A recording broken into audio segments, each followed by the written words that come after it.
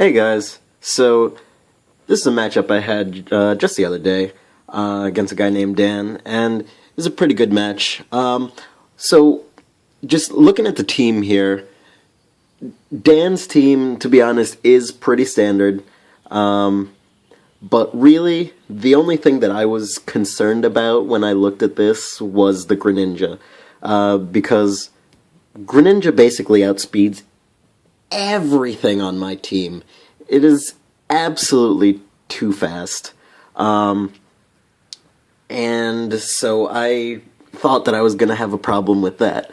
So I figured my best bet, usually my opening lead with this particular team anyway, is just to start with Galvantula and set up the sticky web, because I know that way if the Greninja comes in and gets slowed down, I can outspeed it with some things, Garchomp, for example, and hopefully that would be good enough to take it out, because Greninja's a glass cannon.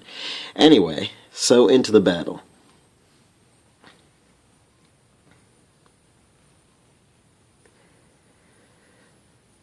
Now, like I was saying, Greninja's the only thing that I was concerned about, but of course that's what he decides to lead with, you know?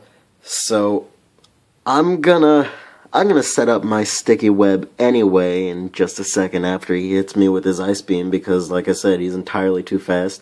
Outspeeding my Galvantula, that is ridiculous.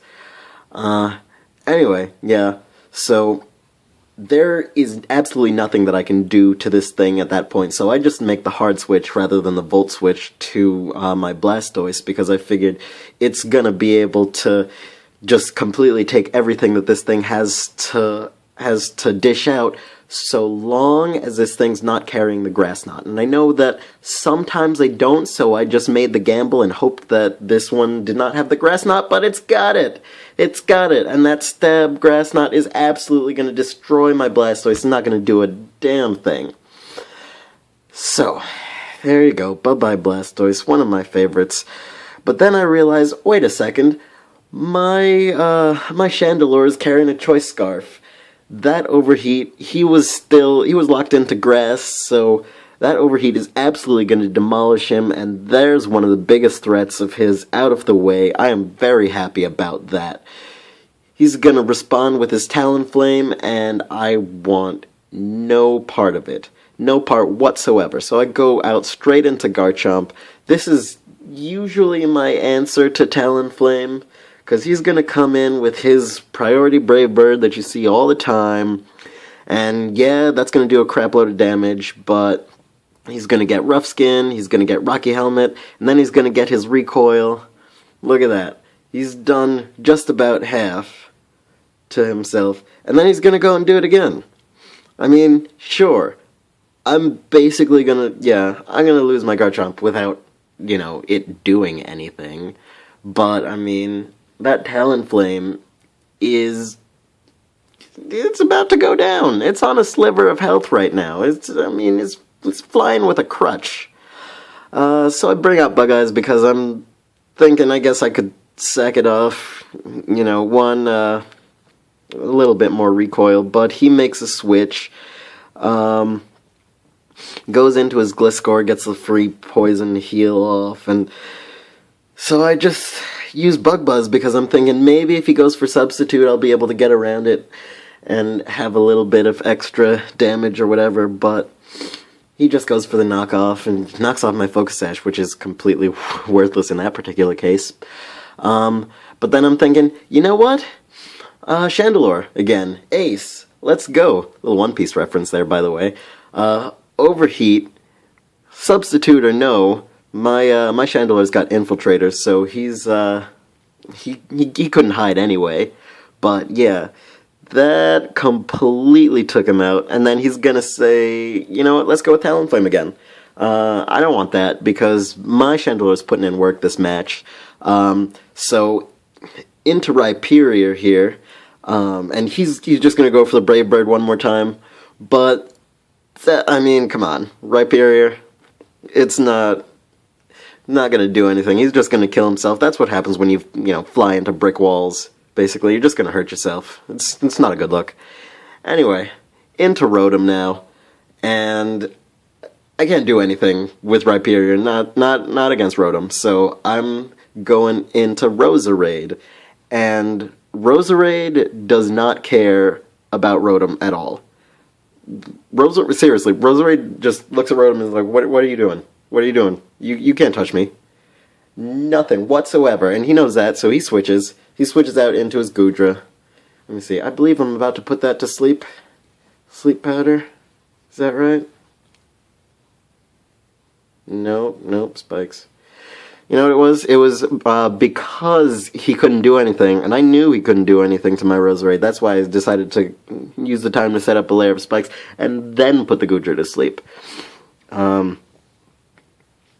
So this particular part of the match, honestly, is going to get a little bit stally, just because it's just going to be, you know, me not taking damage from Goodra, and, you know, well, we're trying to hit it, I guess. He's there asleep, and he's gonna switch back out, and I'm gonna go for the Stone Edge, hit the Rotom with Stone Edge instead of Goodra, and that's something, that I think is kind of funny, too. Those moves, Stone Miss, Focus Miss, you know, everyone calls them, but I usually never really have too much trouble with them. I mean, even Sleep Powder is like 75 accuracy, I think, and I just hit that straight away and usually do. Anyway, so back to Goodra again. I believe this is where I'm gonna just continue to set up spikes. Oh, no. I tried to Giga Drain the Rotom, is what it was, yeah. Now I'm gonna gonna just keep using spikes, because why not? If this is gonna be, you know, switching back and forth, at least that Goodra's gonna, you know, take some damage every time it comes back in. And so, yeah, one more layer, and I believe this is where he's gonna wake up, and he's gonna do something that's actually gonna surprise me a little bit. Yeah, he went for the Muddy Water. I was not expecting that, to be honest. And it kind of concerned me, because I was like, if I switch my Rhyperior in on that, it's probably not going to take it well. He's holding an Assault Vest and everything, and he's got the Solid Rock, I think, but still, 4 times weak to water is not going to bode well. And you see there, I hit the Sleep Powder again, no problem. It's just what I do, I guess. My Pokemon are pretty accurate. Anyway, so I'm just going to go for the gamble and hope that he doesn't wake up and use Muddy Water again. And he stays asleep, which is fantastic. And so into the Stone Edge I go, again, hitting those moves that aren't supposed to hit, and getting the crit, although Stone Edge does have a higher crit ratio than most moves. So he's going to come into Mawile, and get that Intimidate off, get caught in my sticky web, whatever. And at this point, I don't really see a point in switching out Rhyperior. You know, he's you know, at -1 attack, but I'm just gonna stay in and hit this thing with Earthquake until one of us goes down, which, by the looks of it, is probably gonna be him, especially when he decides to use Stone Edge against Rhyperior for some reason. Anyway, even with the crit, he's not gonna take me down, and I'm gonna get him with Earthquake. So, granted, we both almost go down, but in the end, I come out the victor on that one. So, he's gonna go into Rotom, which I believe now is his last thing, and hit me with the Will-O-Wisp.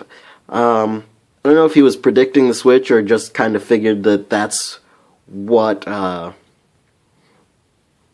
you know, that would be enough damage, but either way it was. And it saved him from, you know, being taken out. But I'm just gonna go back into Ace, hit him with the Energy Ball, and take him down. Tell ya, Chandelure putting in work. 3 kills on that match. Alright, have a good one.